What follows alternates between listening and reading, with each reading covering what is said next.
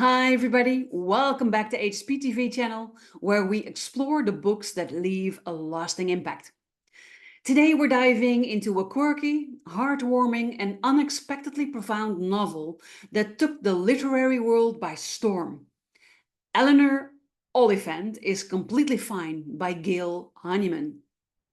This debut novel introduces us to one of the most unforgettable characters in modern fiction, Eleanor Oliphant. On the surface, she's a solitary woman with a strict routine, a simple life, and absolutely no interest in conforming to society's expectations. But beneath that surface lies a powerful story of loneliness, trauma, healing, and ultimately human connection.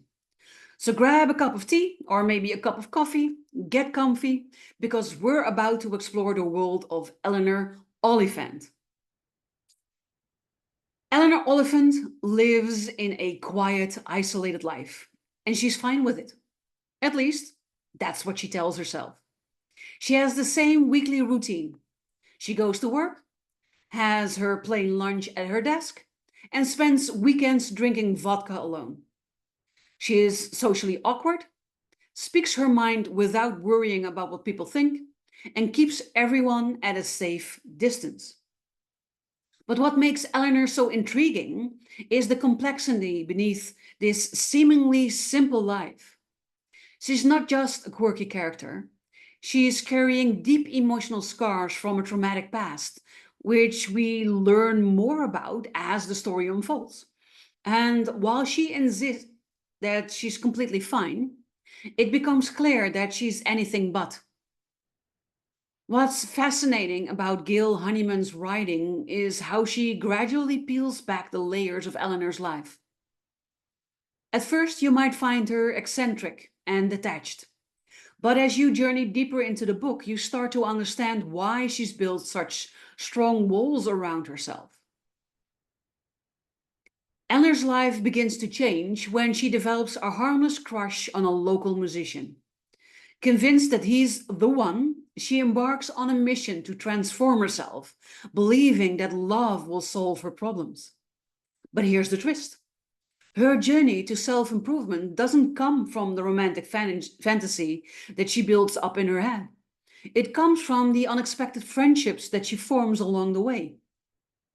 Enter Raymond, the bumbling but kind-hearted IT guy from Eleanor's office. After the two of them help an elderly man who collapses on the street, a surprising friendship begins to blossom. And this is where the real beauty of the novel lies. As Raymond gently breaks through Eleanor's isolation, she slowly begins to realize that she's worthy of love and kindness, not just from others, but from herself.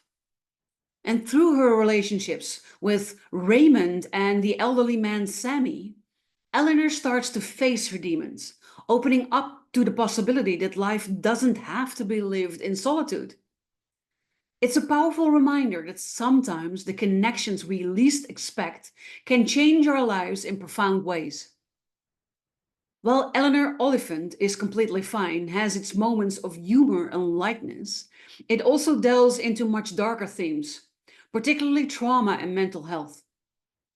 Without giving away too many spoilers, the book reveals that Eleanor's childhood was marked by a tragic and abusive relationship with her mother, referred to as Mummy throughout the novel. Mummy is a toxic presence in Eleanor's life, even though she's no longer physically present. Eleanor's weekly phone calls with her mother are laced with cruelty, reinforcing the deep shame and emotional scars that Eleanor carries with her. And this is where the novel shines in its portrayal of mental health. Honeyman doesn't shy away from exploring how trauma can shape a person's entire worldview, but also the sense of self. Eleanor's journey towards healing is raw and emotional. It's not easy or straightforward, but it's incredibly moving. The novel reminds us that healing takes time, and it often takes us meeting people along the way who will help us to confront the past and move forward. At its heart, Eleanor Oliphant is completely fine is about loneliness and the importance of human connection. Eleanor has been isolated for so long that she doesn't even realize how disconnected she is from the world. But through small acts of kindness, whether it's Raymond inviting her to lunch or Sammy's family welcoming her into their lives, Eleanor starts to understand the value of community.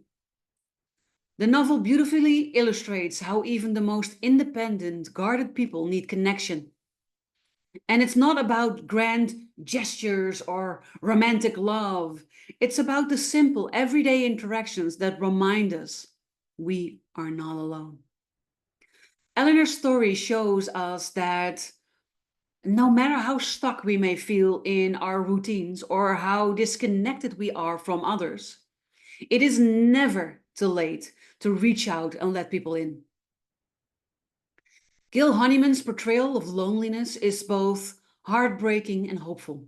It is a reminder that while loneliness can feel insurmountable, there's always hope for connection and change, even if it comes from the most unexpected places. As Eleanor's story progresses, we witness a powerful transformation, not just in her relationships, but in her relationship with herself. She begins to understand that she doesn't need to be perfect, and she doesn't need to fit into society's mold to be worthy of love and to be worthy of happiness. And this message of self-acceptance is one of the most profound takeaways from the novel.